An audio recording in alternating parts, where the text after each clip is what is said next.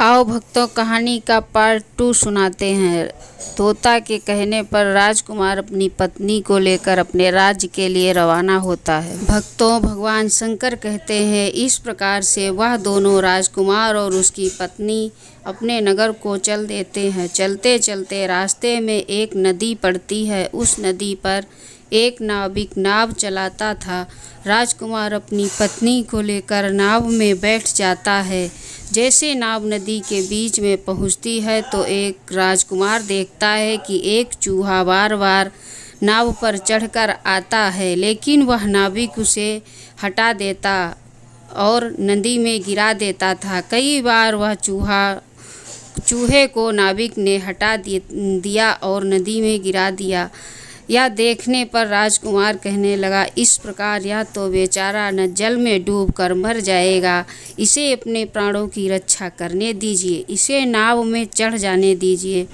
राजकुमार के कहने पर नाविक ने उसे नाव पर चढ़ जाने दिया। जैसे ही चूहा नाव के अंदर जाकर छुप गया, थोड़ी देर बाद उन्होंने देखा कि नाव के अंदर धीरे धीरे पानी आने लगा। उसी चूहे ने नाव को काटकर उसमें छेद कर दिया था, जिससे नाव में पानी भरने लगा। जब नाव में पानी भरने लगा तब तो नाव पानी में डूबने लगी। धीरे धीरे जब नाव पूरी तरह डूब गई तो उसी समय राजकुमारी और राजकुमार पानी में बहने लगे। पानी के बहाव से राजकुमार बहुत दूर पहुंच गया और राजकुमारी रूपमती भी उसी पानी में बहती हुई एक राजा के बगीचे में जा पहुंची।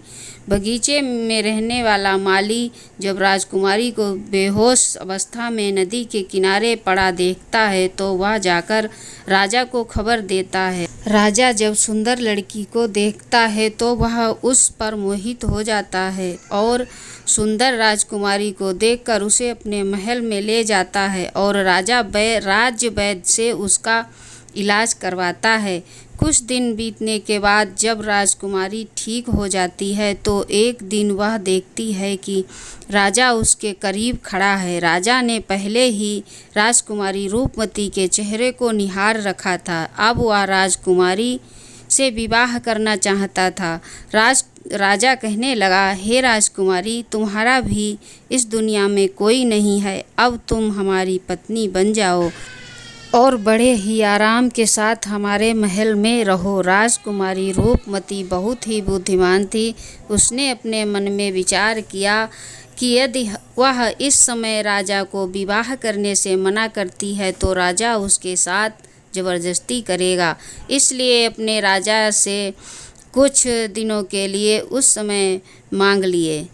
रूपमती बोली, राजा साहब, थोड़े दिन ठहर जाओ, उसके बाद मैं आपसे विवाह कर लूँगी।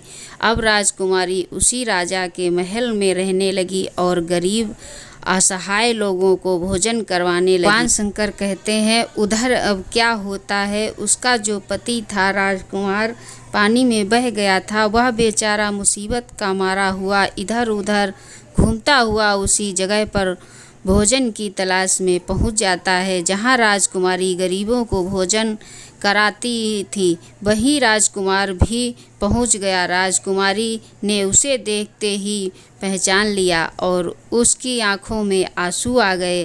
राजकुमारी ने राजकुमार को एकांत में बुलाया और उसे सारी बात बताई। उसने कहा, आप यहाँ आराम से रहिए और इसी राजा की नौकरी करिए। जब हमें मौका मिलेगा तब हम यहाँ से भाग चलेंगे। राजकुमार उसकी बात से सहमत हो गया और राजा का नौकर बनकर महल में रहने लगा। वह राजकुमार रूपमती की सहायता करने लगा और गरीबों को भोजन परोसने लगा। लेकिन राजा को यह बात पता नहीं थी कि राजकुमार उसका पति है। राजा तो उसे अपना नौकर समझता था। इस प्रकार राजकुमारी रूपमती राजकुमार के साथ पक्षियों को दाना चुगाते थे। एक दिन वही तोता राजकुमारी के यहाँ दाना चुगने आता। अब उनके नए पंख निकल आए थे। जब उसने दाना चुगने आया तो राजकुमार और राजकुमारी को देखा तो पहचान लिया। राजकुमारी रूपमती ने तोता को देखा तो उसकी आंखों में आंसू छलक आए। उन्होंने पूरी कहानी बताई कि वे इस प्रकार से यहाँ फंस चुके हैं और राजा को भी नहीं पता कि वह पति पत्नी है। तब तोता कहने लगा, हे राजकुमार, आप चिंता मत करो, आज रात राजा के सभी सैनिक सो जाएंगे, तब हम तुम्हें यहाँ से निकाल कर तुम्हारे पिता के घर पहुँचा देंगे। वही हुआ जो होना था। जब रात होती है तो राजा के सभी सिपाही गहरी नींद में सो जाते हैं। जब सभी सैनिक सो गए तो उसी समय राजकुमारी और राजकुमार महल से निकल पड़े। रात के अंधेरे में वे राजकुमार अपने पिता प्रताप सिंह के राज्य में पहुंच गए। राजकुमार अपनी पत्नी को साथ लेकर अपने पिता के पास पहुंचा। उन्हें देखकर राजकुमार के पिता बहुत प्रसन्न हुआ।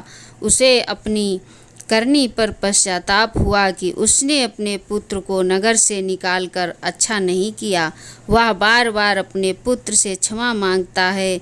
तब राजकुमार ने बताया, हे पिताजी, मेरी रक्षा उसी तोते ने की जिसे आप मारकर खाना चाहते थे। उसी ने मेरे प्राण बचाए हैं और मुझे शत्रुओं से छुटकारा दिया। राजकुमार के मुख से तोते की प्रशंसा सुनकर राजा बहुत प्रसन्न हुआ और उसी दिन राजा ने प्रण किया कि आज से हमारे राज्य में कोई भी पशु पक्षियों को नहीं मारेगा और सभी उन्हें दाना देंगे। इतनी कहानी सुनाने के बाद भोलेनाथ सेठ जी को सुनाते हैं और बताते हैं कि देखो सेठ जी, इस प्रकार कुछ बातें बताने पर जीवन में घोर संकट आ सकता है, इसलिए यह बातें किसी को भी नहीं बताना चाहिए। जैसे आपने अपनी पत्नी को बताया कि आप किस प्रकार धन अर्जित करते हैं और आज आपका व्यापार बैठ गया।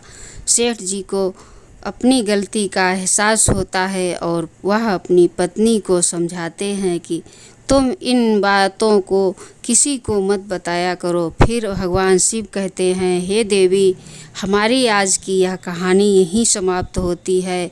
इस वीडियो को बोलते समय कोई भी त्रुटि हुई हो तो क्षमा चाहती हूँ। उम्मीद है आप सभी को यह वीडियो अच्छी लगेगी।